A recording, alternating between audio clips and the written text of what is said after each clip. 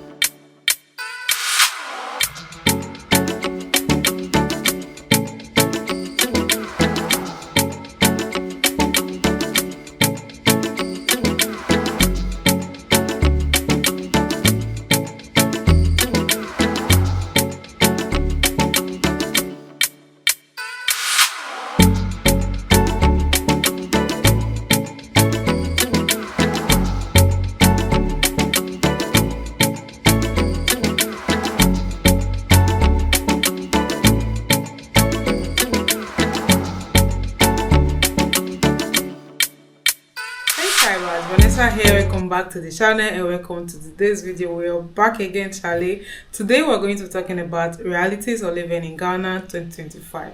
So I've been living in Ghana as a foreigner for 6 years, going to 7 years.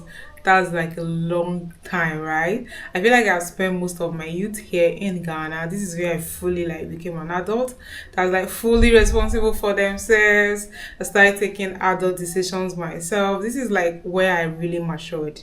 So to a very large extent, the person I am today, Ghana has a large influence on who I am or who I've become or who I've becoming today, because like I said, I have spent most of my youth here in Ghana. This is where I became solely responsible for myself, taking adult decisions. So for all the years that I've been living here, things have been changing gradually. So today we're going to be talking about realities of still living in Ghana 2025 as a foreigner. I want to say as a Nigerian, but I feel Nigerian, Cameroonian, diasporan, we're all foreigners in Ghana essentially. It might be better for me because I'm very close to home, so a lot of things are very similar to my home also. But also I'm still a foreigner living in Ghana. So today we're going to be talking about those realities. Before we get into this video, if you're here, you're watching, don't forget to like, comment and subscribe. So today, this is our first official sit down video of the year. I've not done this in such a long time, and the other day I was having a discussion, this progress of your channel, and we're just walking through on my channel the progress throughout the years. And there is something he pointed out to me, that I used to do a lot of these sit down videos, and I have a lot of audience that subscribe through most of these sit down videos, and somehow I feel I just started partying, enjoying life, and I've been basically ignoring that part of my audience. But it wasn't really I was ignoring that part of my audience. You all know I started a business in Ghana. Yeah, we're going to get into that later. So running a business, creating the adult content, most of you now also, it can be a bit, of a tricky situation. So this new year, I've decided I'm going to learn to balance it all, just so I'm not starving any part of my audience, because there are a lot of persons that subscribe to my audience basically, or to my channel, to see the experience of a foreigner living in Ghana, or see life in Ghana through my lens, basically, based on I'm a Nigerian or as a foreigner living here in Ghana. So henceforth, now we're going to be doing a lot of this sit-down video, mostly January, because January, most of those events we all love so much that I go to, we're just coming from the December, so they are all on hold for now. Till they come up again, I'm going to try and tend to this audience that I have. So yeah, we're back again, Charlie. Anyway, let's talk about realities of living in Ghana 2025. What has changed from the years I've been here? What are some of the changes I've noticed? What is day-to-day life right now in Ghana? Let's start strong. So let's talk strong about housing. So I feel there's a bit of a housing crisis in Ghana, in Accra. When I keep saying Ghana, I don't know, it's easy for me to say Ghana than to say Accra. I don't know why that is, but I'm mostly basing everything I'm going to be saying on this video based on my life in Accra. So everything is based on Accra, not the whole of Ghana as a whole. So me saying Ghana, basically saying Accra. So pardon me. So I feel like there's a bit of a housing crisis now. Price of housing has skyrocketed in the last couple of years that it's almost scary now to see prices of housing. So 2018 yeah, when I had just come in, housing were very, not like very affordable. They were still expensive based on I was a foreigner coming in, and it was the first time I was, experiencing, life in Ghana. So I'm like, oh, these are quite expensive. But compared to now, those prices were very cheap, and also it was more houses were more accessible to everyone. This thing I'm talking about is basically not for just foreigners alone, it's for locals and foreigners alike. Everyone is basically suffering the housing crisis. And let me not say crisis, the housing struggles we're currently facing in Accra basically. So to back 2018, 2019, 2020, up to I think the last couple of years basically housing were very accessible, cheap, relatively cheap. I'm trying to pick my words correctly because only on YouTube you have to make sure you pick your words. So pardon me if it look as if I'm rambling. I'm just trying to be very careful with my words because I've not done this in a really long time. I don't want to come back and just start stepping on people's toes. So about housing now, I've been trying to get a house. So the centralized Accra, I feel like there are certain areas of Accra now that is now catered or that is being made to cater just to diasporans coming in. Basically, like a local living in Ghana, let's say 90% of local living in Accra would not be able to get a house in those areas or even afford a house in those areas. The pricing, collecting foreign currency, they all price their houses in dollars. And because I've been living in this area for a very long time, I didn't even realize the issue with these areas until I left. So like you all know, I was trying to get an apartment in Dansuma. I'm back now trying to get an apartment in Dansuma, where I realized there are a lot of locals in Dansuma than where I've been living. Up until when I moved to Dansuma, I got a shop in Dansuma. I live in just within Ajingano, East Legon, Shashi. I just moved from place to place, but was just within that cocoon. I had not lived like anywhere outside of there in Accra before. So I didn't even realize that a lot of the houses they were like so expensive compared to the rest of Accra. Right? So I left, I'm like, the whole income rate in Ghana should not be able to afford the houses in this area. And then I noticed also that to get a house and the other area that are now more affordable than look for locals, because when I was looking for it, I'm like, oh, if this was in East Legon, I would have gotten an apartment by now. It would not be difficult to get an apartment. One thing I did not put into consideration is the fact that because it's in East Legon and there are not a lot of locals there, or there are not a lot of persons that are willing to pay that exorbitant amount of money for an apartment, you get most of the apartments are basically vacant. So it's easier for you to get an apartment there. Now, when you move to the other areas of Accra, where it's a bit now more affordable to get houses, the competition is very high. So mostly they just prefer to rent to locals that they know already. So to rent it to a foreigner like me is very tricky. So the housing situation is affecting people in different areas. The other day I was at Accra Mall, basically. I was just walking out, and then one of the workers basically just approached me. Hi, let me push the trolley for you. I'm like, oh, it's okay. He said, no, I'll push it for you. No, he wanted to tell me something. I was like, do I know a house that's completed but not fully completed that he could live in? Basically, because obviously he's working in the mall. He can't afford to rent anywhere close to the Accra Mall. And how much is his salary, how much is going to be paying monthly for renting, right? So yeah, housing is a bit of a tricky situation right now for us living in Ghana locally or for locals. So yeah, because from pricing to location, everything, it's just a tricky situation. I did tell him, oh no, I'm not I did tell him, oh no, I'm not Ghanaian, I'm a foreigner. I don't, even if I see any house that I can just say go there and live. I think a Ghanaian will be able to help you more. That is how much the housing crisis is affecting everybody from basically different, economic group. Oh my goodness, I should be better with this. I used to be able to do this so smoothly. And now, when I'm saying this, is that I do understand that there are some persons that will come and be like, oh no, the houses here are not expensive. It's not mostly for the diasporans coming in. If you're coming and living short term, it might not look expensive to you. Let's say you're coming from where you were paying, let me say 2,000 US dollar for your apartment monthly, and now you're now in Accra, you get something even bigger and better, fancier than what you were paying in your place for 1,000 US dollar. You'd be like, oh my goodness, this is cheap and this is affordable, and you are willing to pay that.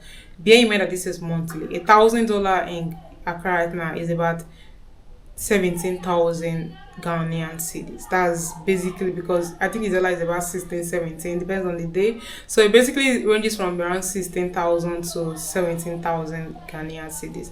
For you coming in that you're earning in dollar, or you have this amount of savings in dollar basically coming in because you're earning in thousands wherever you're coming from, it looks cheap to you. But now let's put in into perspective that someone working in Accra, if you're working here, you're earning here, your whole means of income is here in Ghana, right?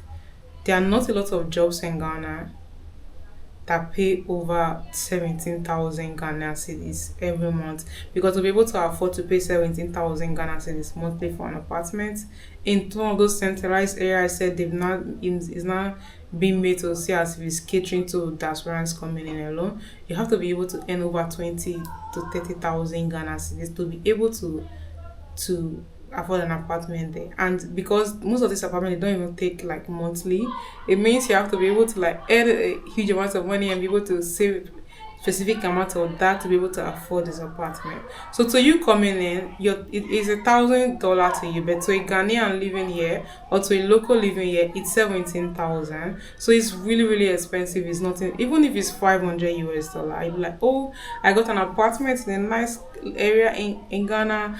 In Accra for 500 US dollar. I cannot get that anywhere in your wherever you're coming from in the States or whatever. Of course you cannot. It's different. The economy is different there. Your earning, it's your take home tax exclusive, basically might be over 3,000 US dollar monthly.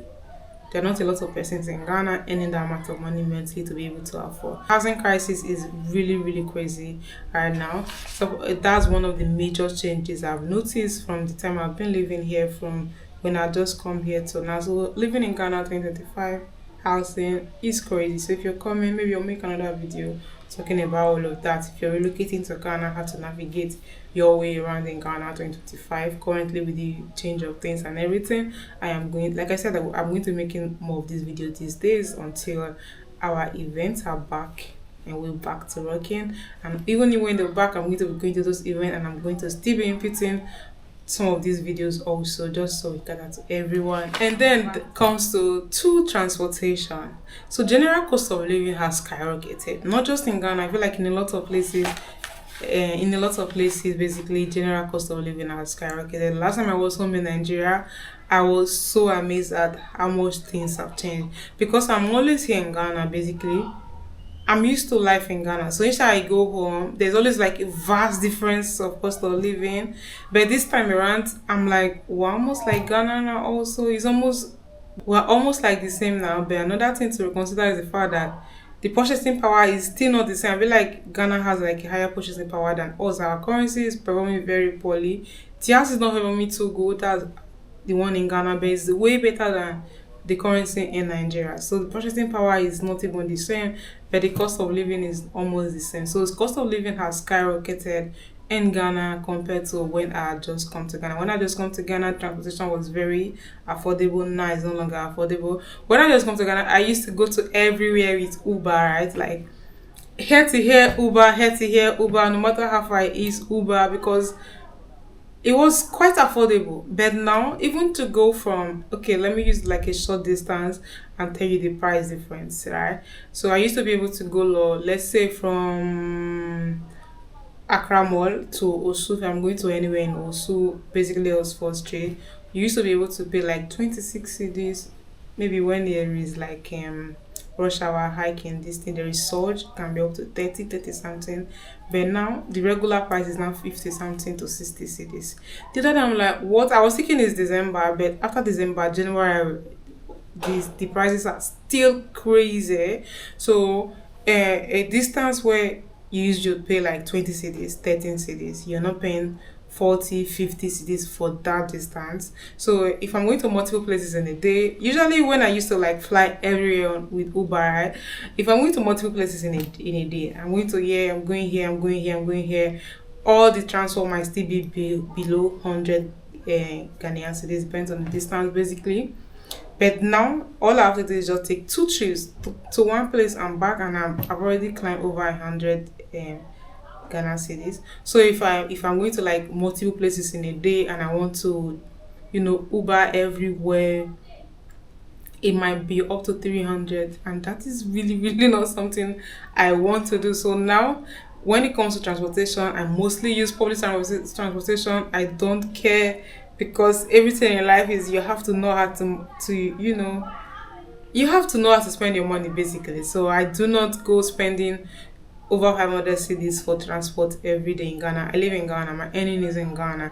My shop, my business is in Ghana. So obviously, I have to live within what I can afford. Even if I have the money, it's not something I should actually be doing every day, because like I go to a lot of places if I'm creating this content, or basically I run a business buying stuff and the rest. It takes a lot of money, so I use structure now. Even structure has skyrocketed also, but it's still very affordable compared to Uber.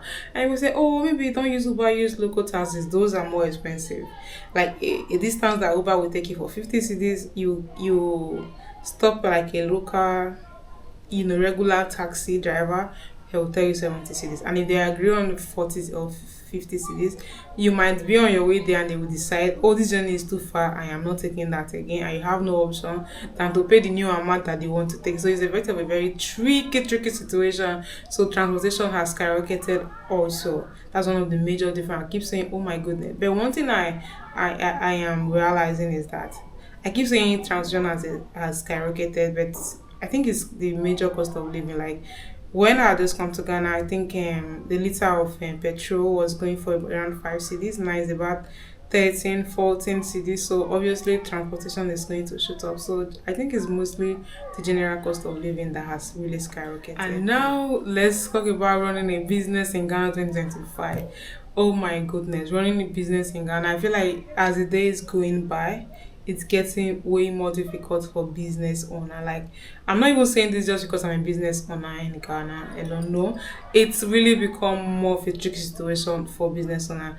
Not talking about. I think one of the major challenges business owner face now is manpower. Last year, I was really busy creating content, traveling, going everywhere because I had cameras in the shop. I had workers there. I got to like internet for them, so they were all connected to the internet 247 basically. They had like access to the internet, just so even if I'm not in the country, you need to make any inquiry for me, you're not spending your dime, so you're able to do that immediately. So I got like a Wi-Fi for the shop, right? I got this Wi-Fi for this shop. I feel like that was one of the biggest mistake I made, but I did that just to be able to like be monitoring what's happening. They almost ran my business down last year. Like, sales start dropping. I kept wondering like, why is sales dropping? We used to make like way more, even because when you've been in a place for like a year, you've been able to like monitor your sales. You know how much the return is monthly or weekly or daily. And when you see that these sales are dropping, you start realizing what is happening. I'm like, oh, I need to pay more attention. I need to pay more attention. I need to pay more attention. So towards ending of last year, I had gone home in November. When I came back that December, I was like going to the shop more, trying to pay attention and see what is happening there and why. It was not looking as if they were running my place down. That was when I discovered a lot of these discrepancies in basically day-to-day running. Not only were some of them just going there to sleep, like a customer will come, they will ignore this customer and be sleeping. And then if I say pricing of this thing is 100 Ghana cedis, If you buy, they're supposed to print a receipt for you, and then you see the amount of what you're buying. They stop printing receipt because if I say something for 100 Ghana cedis, they were not selling it for 150 Ghana cedis. Basically, even me, this business owner that's paying the shop rent, paying your salary, I'm not making 50 cedis per product. Like, who does that? So people start assuming things are not very, very expensive in my place. And my shop, they were like, I had like the most affordable things. Sometimes people come to my shop to buy drinks and they see the price and I'm like, are you sure it's original? I'm like, you try it, and then they try it and then they start coming back almost every day because all my stuff are like pristine quality, the best quality you can actually get in Ghana. So not knowing, they felt my prices were too cheap because I've been running the business for so long. I like quick return of money. I don't like time money down. So instead of me putting like a high amount of money to sell particular product, thereby holding it there, I just put very little on it, get my capital, be able to run the shop. Quick return of money is the best way to run a business, basically. So they were now basically selling my products for way more than I wanted them to sell it for. So obviously people started thinking my stuff are not very, very expensive. And then when the customers started dropping, because obviously it was not more expensive than they were getting somewhere else. They were now connected to the internet to watch movie all day. They broke television. The money that I lost last year in that shop, our core money will go missing because I'm not there every day. They're supposed to sell and leave my money there or pay the money to my mobile money, do all of those things. I'll come and I'll be doing account money has gone missing. This one will say, oh, it's not for me. I kept changing stuff and it kept getting worse. Like it's like I get new stuff, it get worse. I get new stuff, it get worse. So this January, I've been there every day of this month. I've been at the shop. Today now I'm going to go to the shop basically. Once I finish making this video, I am going to the shop. I am there every day now, trying to put my business back where it was before because it's a lot of things. Apart from manpower, that's workers basically trying to run a business, and there are a lot of factors affecting. And there is this new meter that they changed, ECG.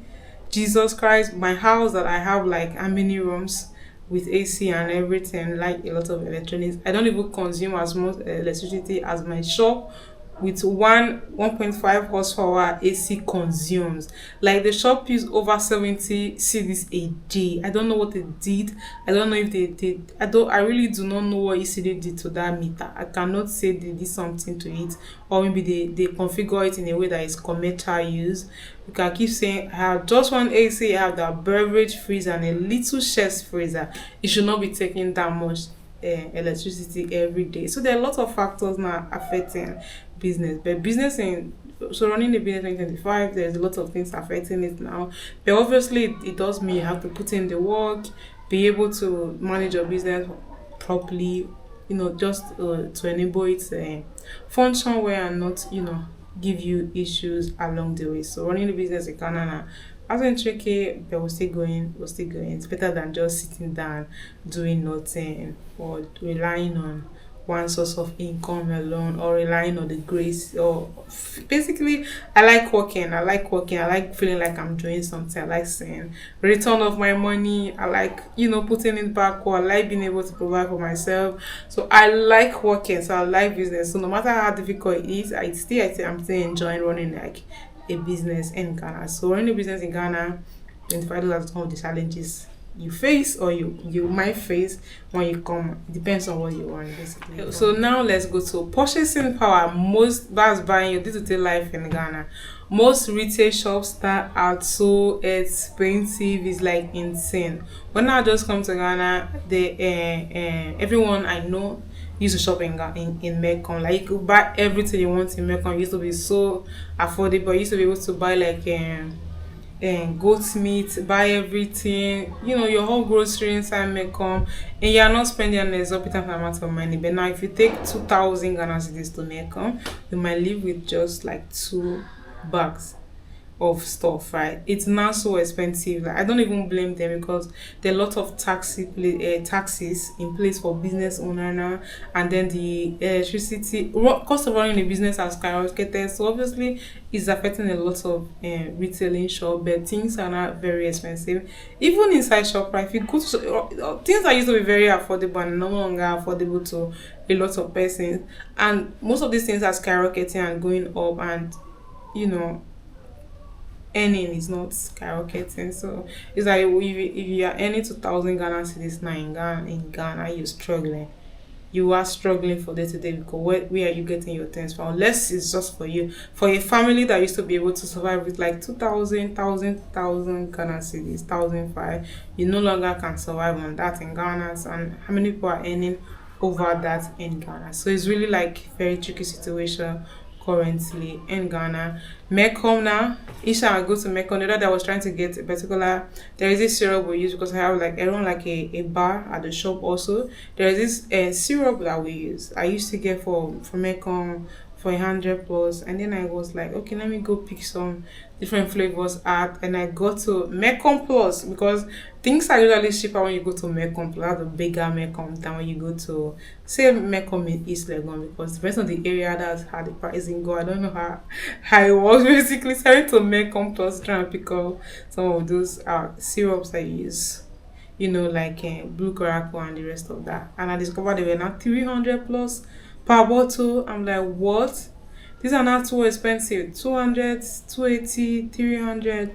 I just went online and tried to see if I can get it somewhere else, and I did get a shop close to Circle, only for me to get there and discover these things are like going for like 150. I think they had the most expensive one I got was 180 Ghana cedis. So the money I would have used to like get them in Mekong, I think we use up to half of that to get all of the flavors I needed. So the retailing shops now is not crazy.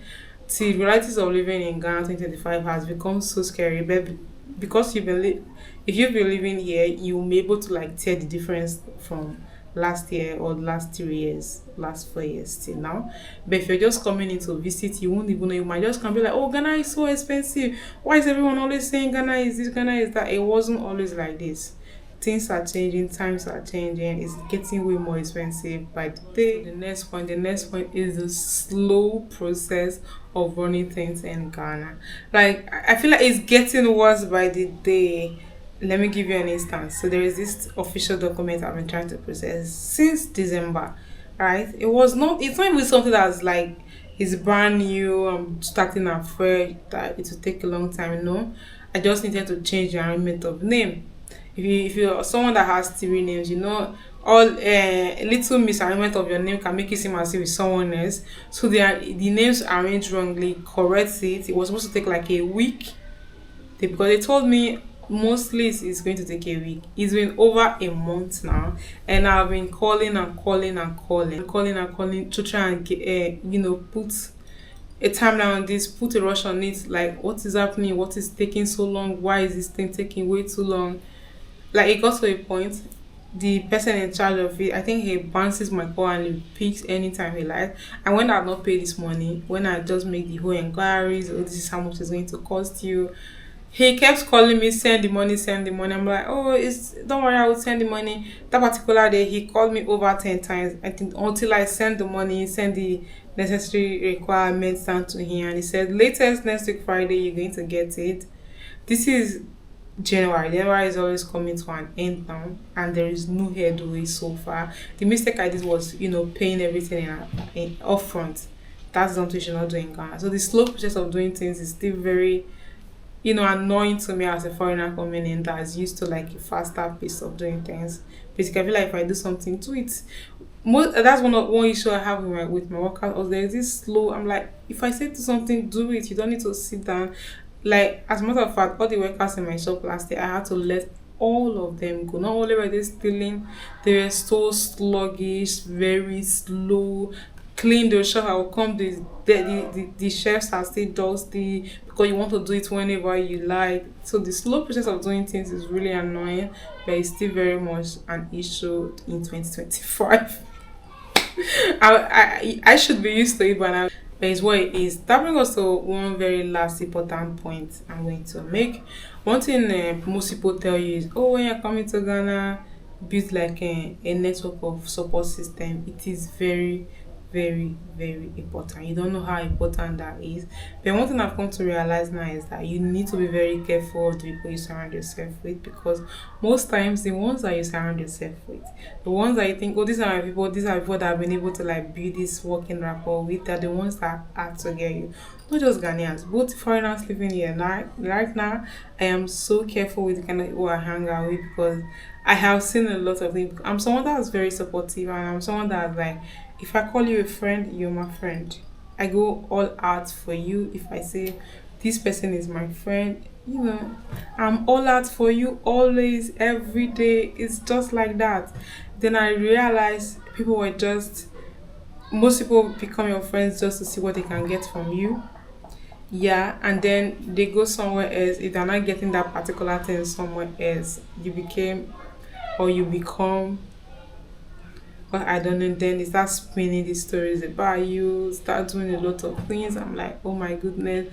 The amount, the level of toxicity I've been, maybe because I grew up in a separate, the environment I grew up in was very big on community, very big on friendship. I've had the same friends that I've kept since, secondary school, university days. Because once you're friend with someone, you write for and there for them. But I came here and I realized it's not like that. Even among Nigerians living here, like if the Nigerians living here, you need to be careful of the ones you mingle with, because I came here and I was thinking it's the same thing from where I'm coming from. When someone is your friend, this person is your friend. Ha. Hey, I don't even want to go into that, but build a network of people, but be very careful and be very, very selective on the people you let in your personal space. I've been able to see that a lot of persons envy a lot also. So because of that, they don't want you necessarily doing better than them. So if you're doing better than them, they have to like go out of their way to try and bring you down, which is very well, because if you're my friend, I push you to do better. I want you to do good. I want you to do better. I want you to do very well in life. My friends, they know back home that whatever is happening in your life, I am your loudest cheerleader.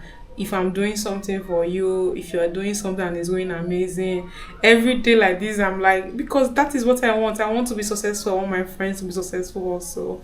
But there are some persons here that biologically lazy, right?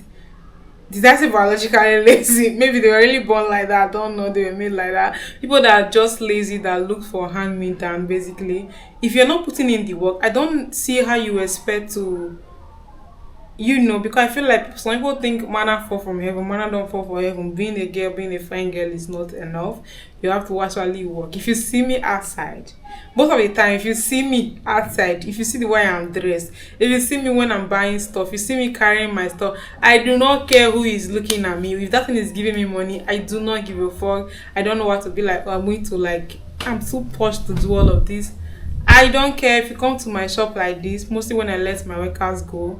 Right now, and I'm trying to bring the business up. I do everything. You see me cleaning, I sweep, I make sure I keep my place the way I want it to be.